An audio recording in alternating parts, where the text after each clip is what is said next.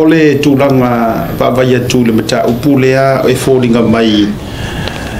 ole apia mana ia ele matanga ruenga pole official palemia ia faitionga lituanga i mari ta yo lituanga nai lo ole o ane faisela tu fa matalanga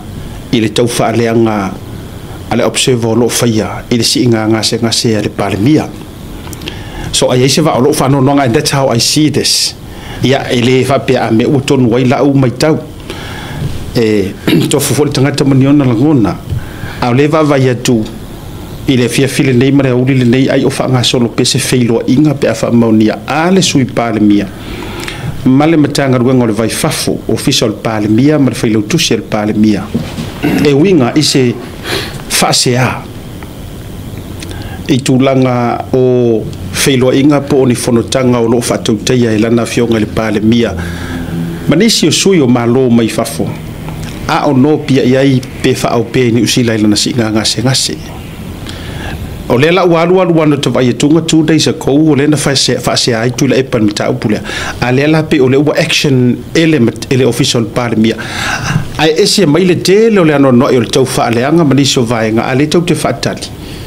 pe tai sau no mai le official palemia se I faia se tali foi tau ni mea ya se o mai lo lua fa to fa la inga me se vero fionga vo yo le te sa mo o le asau mai tau ma sau sila le to inga anga le ua I ula vaina mana na o fono mar sui palemia se fa hali ai o la to fa no anga mo la to winga le fia I tu lango fono tanga ni fa ni Parola te ASIATA o pio o le asua na visata tu na touch base ai man mata upule pan me ai o se ya la vai le to fa ile fionga ile di palemia ai me se por sui palemia ma ka peneta ya le lato fu fuanga man fa so ai vai na pene ai ata tu tala no ala tatu o tangata tangata nu Samoa o e tatu te falo ngia faigamalo pipo tatu falo ngia faigamalo tu le pai lo na mai tai ya ole nganga I vai mo pene ya te lo ya onai tatu te le tae le to fa le arka pene tai vai mo pene ai afisi ngia ya te pe ula so ulangona honestly ole wo mon sa no pal mi ele feilo inga mal mutanga lo te tasi faulungo mutanga lo te tasi na batu ai ya lana to fa tamali lana to fa tama lana to fa te tai ole tu lana to fa matai ina ia pesoso ani ai ma fa pe foi ona batu ai se tualalo ai ai la to nei o wa fo yo lo nga lu e mtanga wenga al malo ai ata ulai a fai lai de ele fu se tap mala to le la ngona ita so why bother ole wala fo yo fatino so o tu ila e pala tu mali le boy ole betonu ale ta ole le mapu le tau mo fai nga epu le mata le vai ma tau mo fai ina ia le mela le fai mai eli momi ele umi msana le akole ya fienga masinga ai overthrow ya ole tatu te tau manino mai tatu ele mapu ia le tau mo fai nga ina ia lafo tu ina fai nga malo fau fonga ina ia papeona fa leanga fa ngamano ya taulai ya pe no ve tuile ai ina to fa la gona ya please clean the swamp o mo ho na sa no te ele tu ele o nge tangata le tu ele o nge tangata Samoa what we need ilu tatu tu o public servants ela to te tautua malo ai leo mi public servants e tautua mai fa fai la ngai le ko ngia la ko ni kupe ni vai nga fai e lo ni kupe le chapipi le ko ngela ko ma wo ho kai me ka wenga wai le CEO ku le mai se le ko kai ku le pa a ba ku fo ko ma pe ka se kala your time is up wo malo kai ni fa mali aku le ske me ko fai mai ni fa ku ma fa olo akaua wa de se fa olo akaua asiaka ma le mali ataua o ma fa ma fa olo ataua la fe au mo ku sa o ya ku le ko sai le mali le ngoi e ke fiu ko ka mo fai ole silia ma le lua vai ko le ku they are all loyal to the government of the day. And if you don't dare to follow suit, so sooner or later you will not be sitting in that house anymore. Let me follow. Only later, say we so final.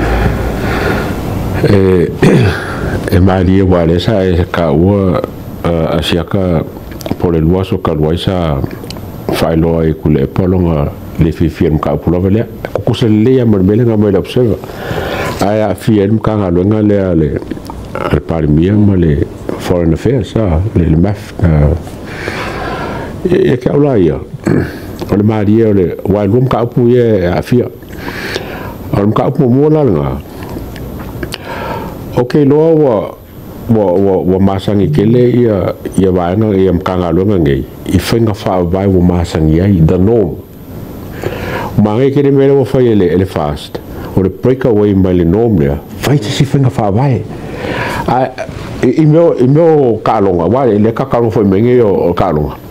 e ki fai inga pelo dis ka kala plan lai fai a fa pela o le fenga le fa nga pele fenga fa vai kwai le lo ku le pa mal ba nga le e mo ka fai inga fenga malo a vai lo ve besinge ngo sui par mir fenga nga chencha le lo me fai oki mkanga runga oki pulepa oki le chapipi ma mele konga fai le fai ngamaro sui mo parasis sui mo fai ngafa vai au re ko pipi fai ngafa vai kwai wa mele le mo e fai aku ko me wa levanga read mai kulepa levanga kamilo ya mkanga runga ka ya kulepa ka me kulepa me konga fai o mele kupunge wo mo kwa confuse le vanga le inga wo kei vai mo fongo il palmia mo fonga ngam kai ngalo sil o so kulo le sifisi ngalo mai oi le ai acha ke nga ye lo ka ngol expert who o ai ka expert me ya ta wa ka expert me le o kule pa mo firme o se upu se expert kai sum ka ngado ele kai ora ko me ka upura ka expert wala ngalo ka menge fa mai on expert nga fange kule pa ai olale mele ale nga fa kule pa la ma sa kule pa nga fori e ka wa nga lule se se va nga le ya il fongo ye fai ye ka ola ya ma nga ye ke me lo fa ele fast wa mangi me ye sui mo policies sui mo me o ko ke fa mo policies o me fa vai mo le banka kia langa me la le fa ko ke fa inga nga ya kule pa ma banga o le fata ua le atou ma pui mana ia ia vanga foi le ua pick up mai sunga le atou le ngol mele mana o il to ina e mana o tu so se fainga malo ai o tu po le vanga fa fai e manga fa nganga anga policies ona no fo le ma to i loto tangata a mea o le fa vai le mana tu mai sa mo o fainga fa vai se o fa sa mo policies e pulea e ka suya la ko e pule ale pale mia fo e anga e pule pa ki le watu fainga malo fo pule ala to so o mela ia ka mi kai mai ma mengi fa yengi fongo ma tau mi tai mai fa penei le tulanga e tulo wale ngana wa e orenga ngana le fa ka wa ai mar me ta orenga ngana tu sao orenga ngana tu sao la e pule ale pale mia la aulia le mali to ma le fast ma le la to government e pule ai la to fainga fa vai policies a ole maka upu le fai ku so maka upu ole me fia tangata ma tia ma ia tiau e pe sa wele upu le ku ole fia fa sa usili ole ale winga ole fa metalanga samoa ele sesi ku o ko uma ia ko ke submit uma ilalo ko kai ka o a uma fainga whaavai ma me uma ai ia le fainga whaavai sili ma ro kou wā kapu eke usikai i lo kai kai ai longa la o au kou whai kau le meranga o ke longa ko ke kilo solo isi vaenga o policy sa kuila epa ai ngano ai le kula fongo fa auro e ke le sili e ia le sili ya oi e oi e ia le sili ya oi o le ko kai mesia le makanga ruenga o le palemia o fa fitau li vui male a tau le o tula mai e fallinga mai ua ata mai le atunu usa wa kalia le ku ngu swinga a o kangaka la ia le fa fainga kaanga le mea o tangata ia le fa urulu ia mitanga longo winga mongi lava o kangaka ia le fainga ka ke le mea ma o le ala fo ile ya fua ya na o pisa mai le amatanga o te lo de le fia anga filia le fia le fionga pistano mea ia te au pe kango nge ku ia kurmel a o le upu mongi ya ma le upu ko kingo kulo o te taua ya o lua na lua fa ma vai o kala mongi ale ele o se ele o ska ufalenga a lua fisili mai aisea o ye se manga luenga o mua e makua lua HRPP ele nga o lua fast ele o nga kasi lua taritonunga ma me te lua faia male swinga fo e faia kwele but e lo le taritonunga mar fa tuanga vui male atu malama le fionga el palmia mala na te inga i me nei a o le paule tu leanga e o apo mai me manga o ye kuila epa ngoi fo le fai ma e ia fo lo taritonunga o le vaenga fo ile na lua fa ro fisa si ile fast to tonu la vaia ile va o la uli ma fia me e ia lo taritonunga ma fu mai leanga e se kanga ka ye fo ko inga fia me lana to inga melia e se tanga tai le la u tatu va vai tunga le la u to i fo ala vaenga ia le fo la ko fo ko ra udi to lo pe atu to inga ruenga vui ma le la ko no fo inga pale mia o fo ku le vaenga le e fa fe la nga e avengi fo ku nga ingi pale mia se koru ese uma fa ko fala inga ma policies ma teritonunga e fa inga ka e venga tatile le vaenga le o le la to talia po la si update ai po la fo se fa to fala inga le fionga sui pale mia ya ai po mo i po fa yese feilo inga ono le mitau ole vaenga le asiata ma le atawa e tau na manino mal mai e sui mai le fainga malo e o mai fo ilato faua lato policies for Christ's sake o mea ko ke fai mai as if ole law mele this is not law this is just policies put into your thick heads that this is policies o mea e faula vai ele fa pe o mai fainga malo fo ai fai mai e ka kaunga muli I policies al fainga malo o maku. That's the reason why they fail the election, because of their policies. You know, iso sa fainga malo lava e mga umia kangaka ni policies fo inga ia lima ka ingai e ese mai le kula fongo. See the difference? E ese mai le kula fongo.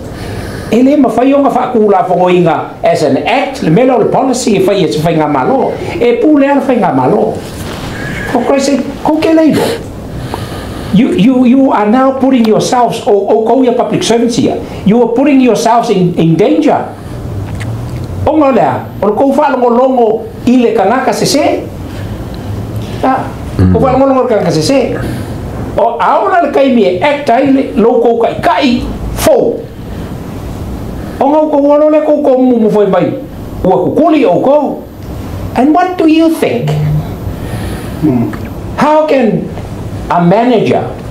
continue on employing an employee who works behind his back or her back? Inga ia bring down the organization. For Christ's sake, man, wake up to yourself. You know, enough is enough. Ole sila vai nga le uta va vai tu ali etu. Ole so ma voi. So di bai foi tatu advisory I tatu lo ia le legal advice ole tatu por kalami. Ole so di bai walanga le There is no law or constitutional clauses stating that a PM on medical leave loses the power to conduct diplomacy. There you go. No. There you go. 24/7. The PM had every legal and political right to meet with foreign delegates unless there is formal legal evidence that his or her power were suspended due to incapacity. Yeah, cool. Yeah. That's what the Constitution says. Right. So le ala le mele ko ke o so ai. Se vanga ngala o yai se faukuanga lo winga o fi ai le medical adva ele o yai le mafau fau atotoa to lo e fa ka kai ai ia tiute mafai unga fai ale a fionga le palemia ona fai mai le o le fa vai onga le mafai le onga mo miele se dedicate longa winga o ko inga kulo o ko inga kilo ka ko inga I palemia o tau mangalo ngalo mea ore a ore vai le mele ka oko ore kuloa o putu se sa fo I tau tio ele ore mafau fau ele o se faku ele o kulo lava ne ore vai kulo le ngana ore vai ngau that wo mang fai ole la manino vai there is no law or constitutional clauses stating that a PM on medical leave loses power to conduct diplomacy. That's it. Ya o vai la ka ko ke le o le afianga la le u faingi O ka chawana. E fa so fa mo fo le I ro o ka ro ngai o ngo le o mangingo mai e la ko so ka ngam kulepa. La fo na wa linga ke le ka upu ngai wa o la u ngai a me sa ka ro ngai lo e ho la o classify information sa malo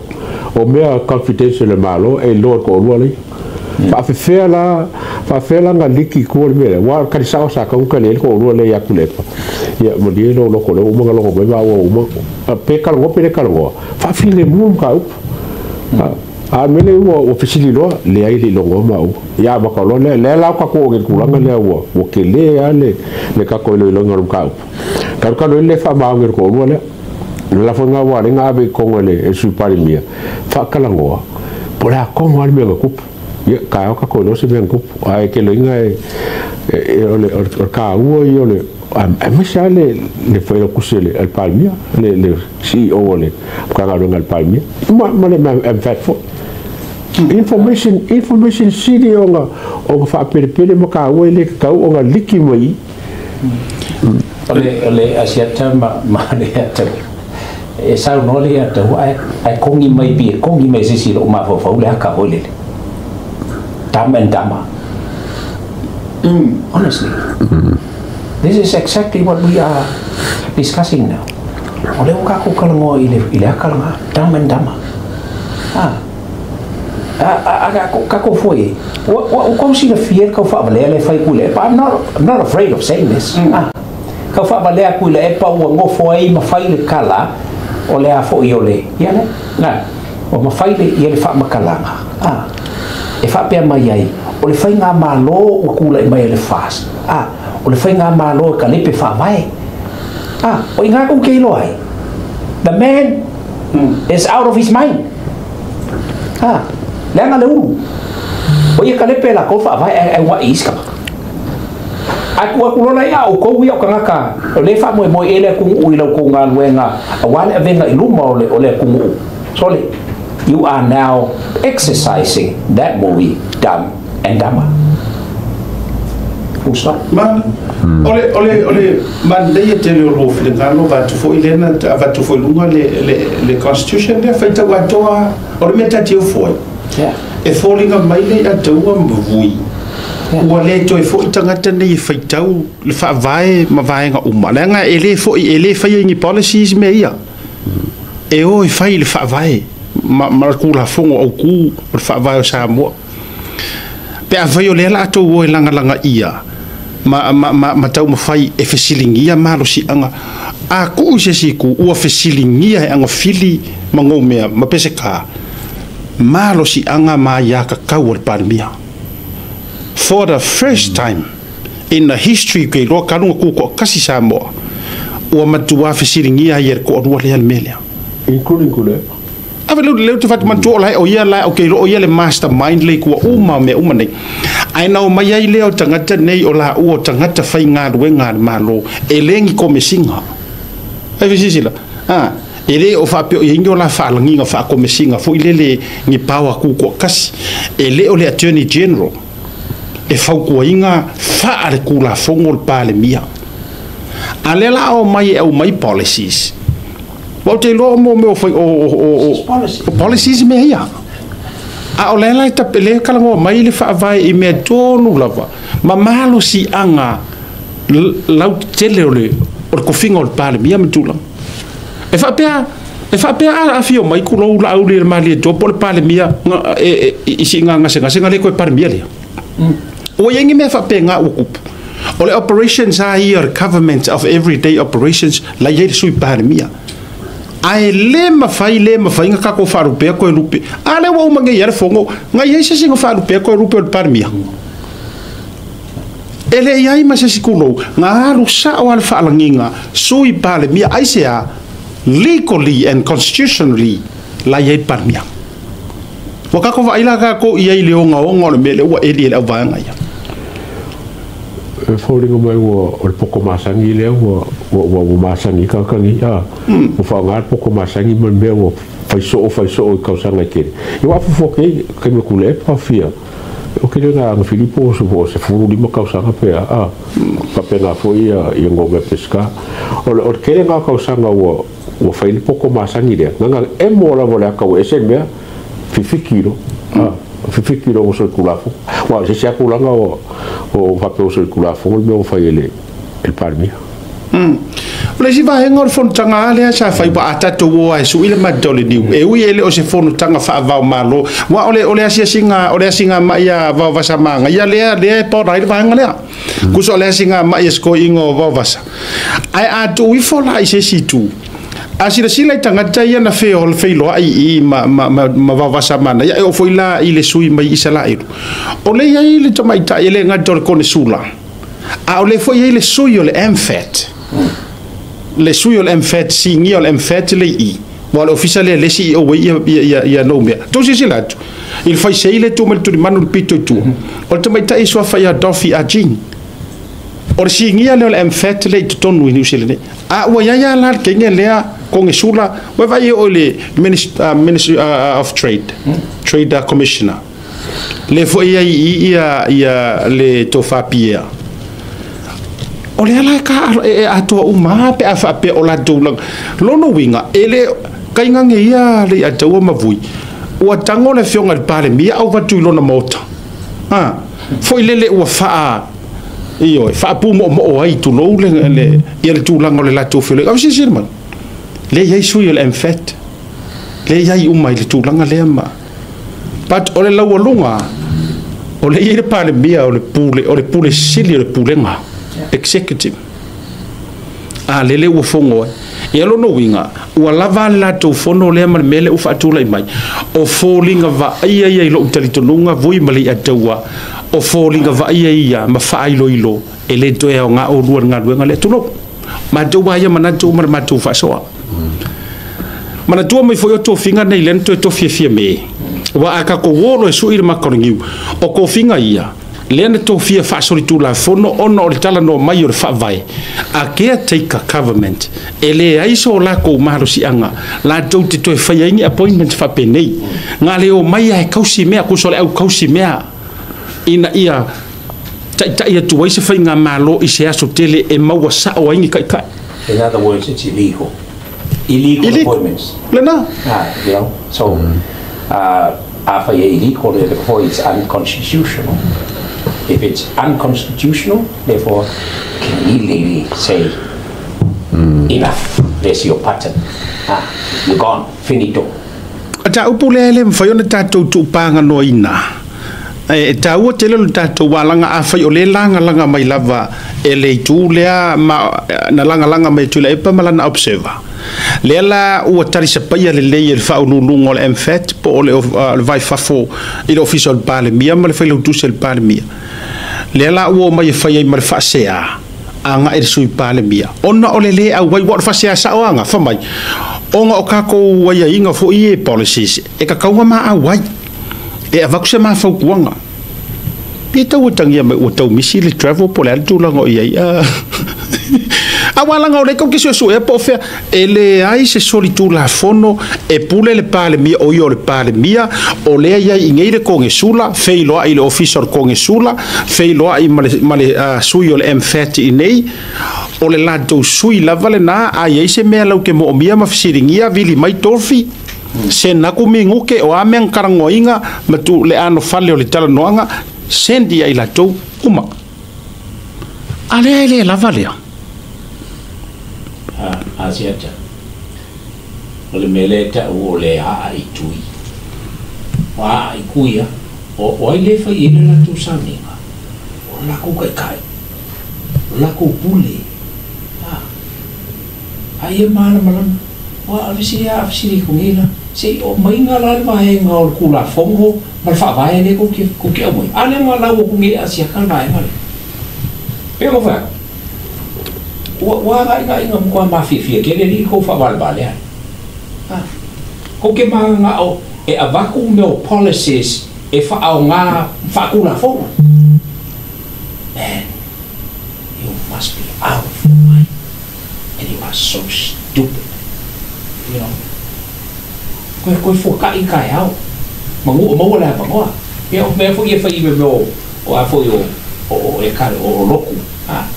Ai fai le bala au. Kai mini mangu o maua le apa noa. Because lang ko mele o fai. Le mele o ko fai o ko fa singa loko pule o local boss i lunga o se faukuanga se kasi a meka ko faukuanga ya o ko kai o le kai kau ko ale tunu ula nei o Samoa pero vai ko na fi le o ko challenging the integrity of this office and the leadership of o le kai pui Samoa ya ba i foi me kala risco i ma ko ke fai so ku lo va ko me sa i desi makai le kiki o ma ko se ama le ma pa ko lo honest malo faftai falo vuia lia tua pa wale le me le ka o fa ko wa lo ma ga ya mi usa o e vui ole um ko akilia la vai le langlongo ingo ko kanga ro ngi palmia o mo ko akilia la vai se kamai fa no fusili mo kilia le la intention e fa ilo se mea e langonga la OSC pe fa vai le ka mo ele ya fa vai e pule a ko fa pro kara i changa bu o palmia se supreme power i lungo mo kanga ro ele fecili se mkangano ngasi palmia o palmia fa ko mkangano o le sila va ngale tangia mai se uma misa tau fixa e pole altu la ngale mai kale afionga ya vui fa te foi ila tula tau so tai mai matulanga se tau fixa le mai kale afionga ya vui ai o le siva ngale au te vai fa no ia i le mata upulea le tau ma vui e atangia mai ele i feso ta i mai anga fili il parle mia po langa puli fatua ile advice pe a fo ile mele wo ile officer o le sui parle mia po le o fai le sui parle mia fai sera ko fongo se io ia i wale fo esa tu singa fa pe mai o lana va ia wo ile officer sui parle mia longo wingor ma fo le ia i peseka ma nga fili kulo la ka wai le ropo e ka o le fa uru ni mele lono winga tangia mai pe ai lo la ma fo ale se pale mia o la o pa pe o malo si anga no e tangia walanga o le tau te e ko fisili le ma fo wai ai se ala nga le piki ai o e to lo anga fili le ke fongi ma fili la ufionga on the prime minister ia o la so fina nga lo vai nga le ma se o mea o ngā waku no wha mangingonga ia o mai roi ngā markeis longo winga la ai se me kari mai anga fili ele alu e fia mitu ma ongi se mo sui palmia ai li foloa press release mai ma whapea mai e le ia se a whainga o le koe ngā mea le solonga le me uma o le visit fo ile nga visit ai va sa mana ya o le asinga lava sko inga le o fo i tere ke sui mai isala elu matulanga ele isi taimi ma vaenga fa pena la woi fo o ma felo ya ila sa ye sui o matu ofisa si o le mele a kangia mai i e a tangia mai i e pe folinga mai ele o kongeki mai tailo ye ele o kongeki because it sounded like le lato fontanga le wo nga ya o ngasemo ai le fiso ka mai lo lato pure lo na luo le isi vaenga le o te fia fai tu ile a tu ma vui le ai ma se kusinga le observer e fa malo ma fa congratulate ai le fainga malo i lo lato paketi mua ya ui paketi fa wow ai a formal congratulations ai nga paua i o mea le kakusi alo winga ya awe wa le lifalo ma fau pe ya ule fifil va nga le ule travel mai do la una tala I think pe ule mo ngai business class maybe nei fa manuanga alaungi mangai me sa fia fa ngai fa kau me fa ben maybe ai ki rola o fa nau mai se manatu fa mai te le melea o le ale manatu fa mai te vui mali atawa mana ia le o to fio ai lo vai ngale me le permia sui ka ko fa vai fa nga office consula fa doi fo na alfa ai se office be a fa office le la o ia mar ke ko per malo ya ai fa ngo fo le la o ia sa mo le se be fio i fu o de lo misiel tu langa na le travel business class ma longi ma me fa pena le pe ma fu me le to e ka fa singo o fu ka pule wa ka ko ku se siku e umolor palmia o ka siling fa ko ko palmia o anga sui palmia ele o anga fili ele o anga fili ele o ngo me e umolor palmia o ka fa ko ko inga fanga ka ngo yai ma piko me ai o sui palmia male ka pengeka male lo yasidi o ka foro le o ke ka fa ele e fo ngai si o le al palmia male fanga male ka nga le o vai fa o lo e ka kula siku ele ka o ke la o melo kup e ui fa pe se me ma sainga fai a kala ngoro pa mi su pa mi mo mai nga pa ora me o fa se la ko kala ngoro me fai fa press release pe nga sa mo fai lo o lo fa le fongo o lo me e fa ola ele o manga fa me nga e manga o stir up le be vesio sa mo il mo ka opule ya fa nga ila observe ua le longa se vaenga vui mali atu walanga e sa o isa nga le fionga ya vui se taimi wa sola o le lava e tau mawhai ia na yo la fionga nei e fai se vaenga e fa o ai le overthrown pole overflow e pe ia tangia mai o lea e fa nga solo me kokia masaika per piriaki saika solo ina ia tau fa mautu ai lava le vaenga lea o le faoa po le foua o le malo masui le kai langa le anga nginga fo i kukongu kulo o ko ia fea fo i ia le saunoanga fo i a le faipulo fleta fo muina le nalo fo ila de dala ila ile mea fo ile siana mitim fa pe mai ai alo la ai ke ila wo kupu alo ngila ke wo kupu wo suia fainga ma lo bingo o le tau mafai e o ala i fa ururunga ia pe yo le la o tau la mo ma o tila mai ai ko yo mai ala o ko ka mai la o e le lango lo la tai so to me personally ele o se ka fa leanga o le langona ia e tusa yo meo lo tupu mai e foringa mai e te ro le lango inga le ro kai ka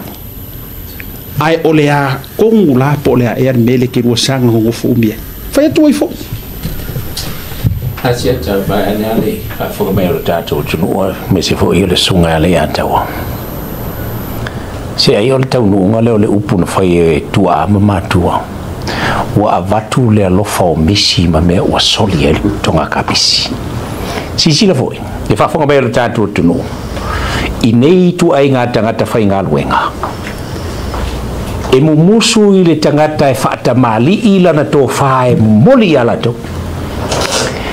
Ai mana nao i le tangata e peo le whainga o kulou alfa whunga mai le tunu. Mai leo se kala e vangi haira o kala le whai aku. O le whainga o la kou kuila e pale, kaime o kula, mai kuila e pale, foi o le tunu o le nei, e le ngi kala le lei e lafo i e. Ai o a tala noa i le pale mia ua tula i mai nei. O le tunu o asiata ma le ataua. O se kangaka e kamali i mai a kulou a mai le i le lau ao e kaua e kamakama i vai. E tala noa fa e le kala ngoa fa pe ku le pa ya o ko kai mo fa ku la i mai ai lang fainga malo. Ai al fata mali i ana mo moli le to fa male au ngani tato ngalu lu e fatasi. Sorry. Ale manga wai e fa longo e kangaka e pe o fainga o polonga la ko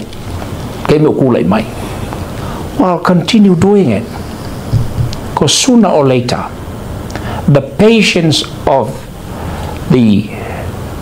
dignified leader will soon be over.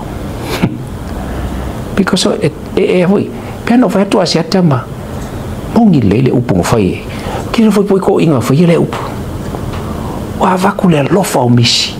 solier ko ngaka pisi ati sir fia vui wo pai pe ala ngol pai ngale wo mai lo ma fo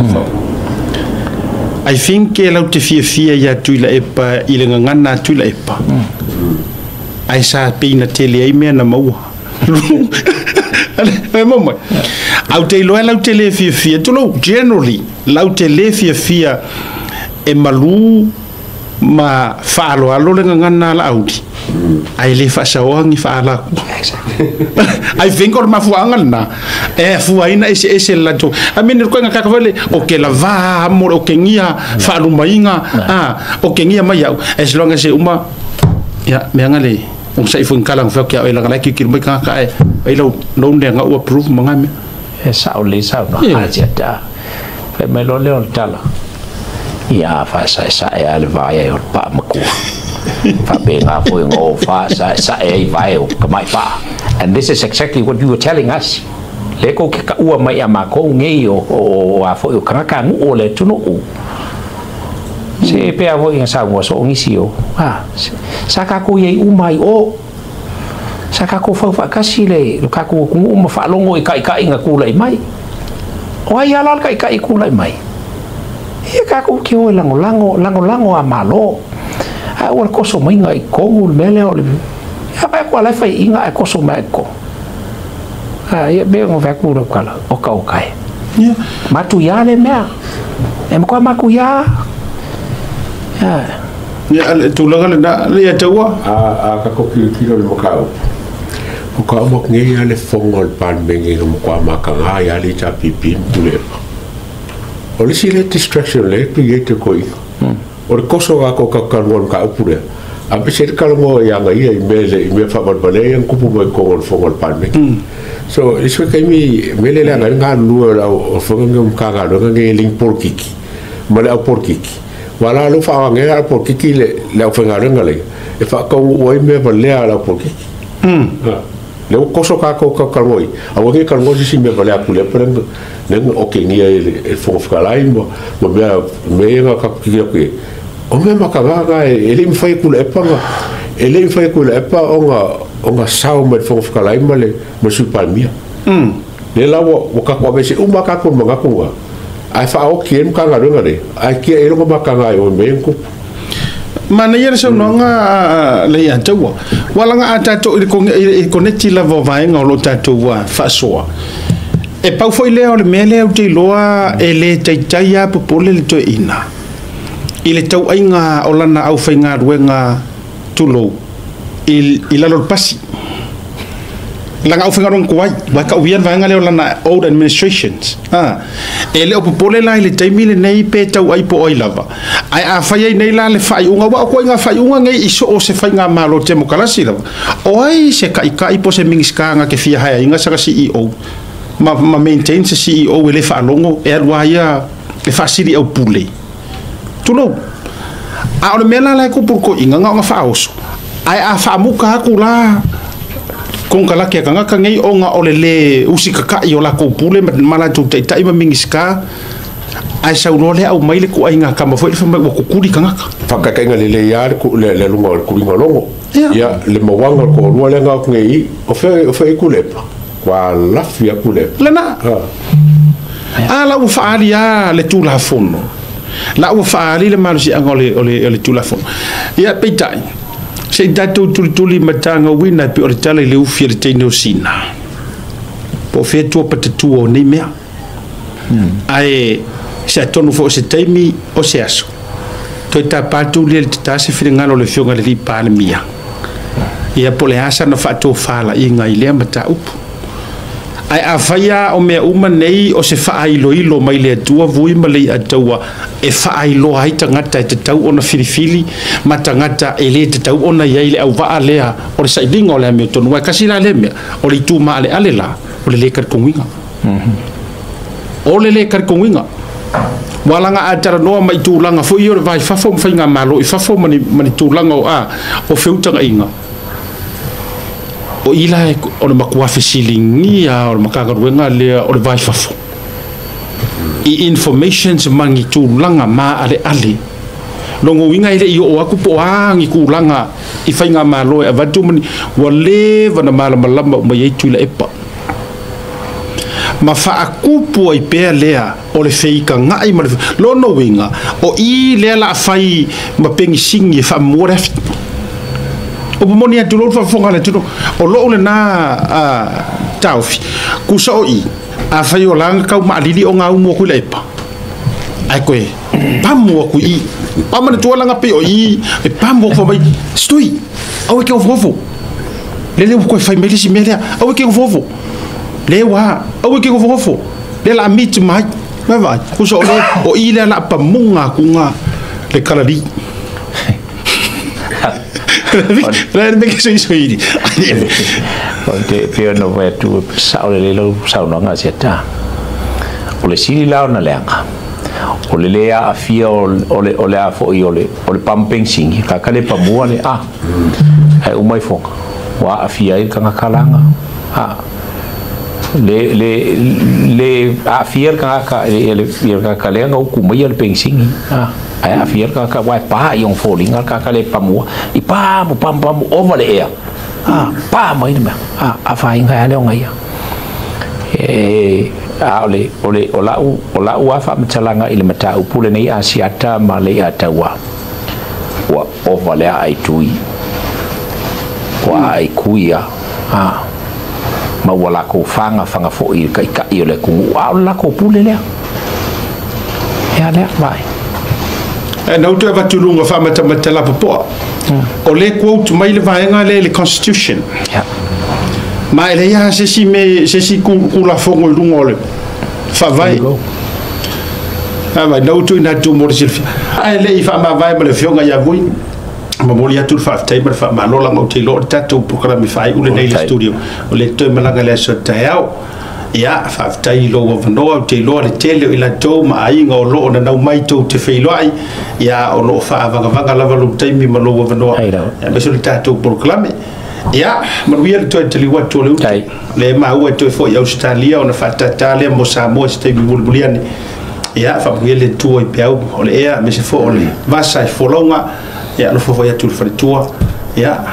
se i vai nga tifi so no fai we to te li marolonga ya on ta tu fa ma vai ka te le vai lo to fa vai mai asiata o fo le fa lungo ta tu por kala male nei o le tau te ya a me se fo yo le uso vai ane pa ia ma malu sunga le ya taua yo no le ava noa wa fa no le lau ma ua nei ai ale mana ia o le amana ia o lo to uso ia fa tau va ma le vai ia e mawai le ava no fa peni tatu te ia le nga la valea ia le tunu ho ia fa yo la sa tu fa fo ile aso na fi ma le nei aso ia isi upu le tau tamali i lo tu fa fo mai ia fa fo si sa ma tu fa mtala se usa le ia na si ona le nga o mata upu ia sa tala noa pa fe furi sai o mata upu le tau ngō fia ho i le mātou whaalongolongo ma le tāpua inga le tunu i o le ala lea ia tala fai mai le tunu asiata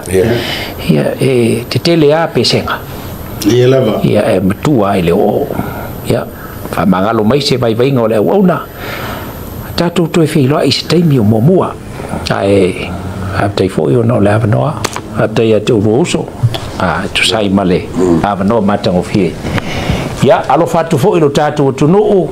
manuia se ingo lulu ta langa se ile lulu al kai ngala o kai lungo le krea kalo fa ai le na kulo fa pe mai lo manau ni o le ke malo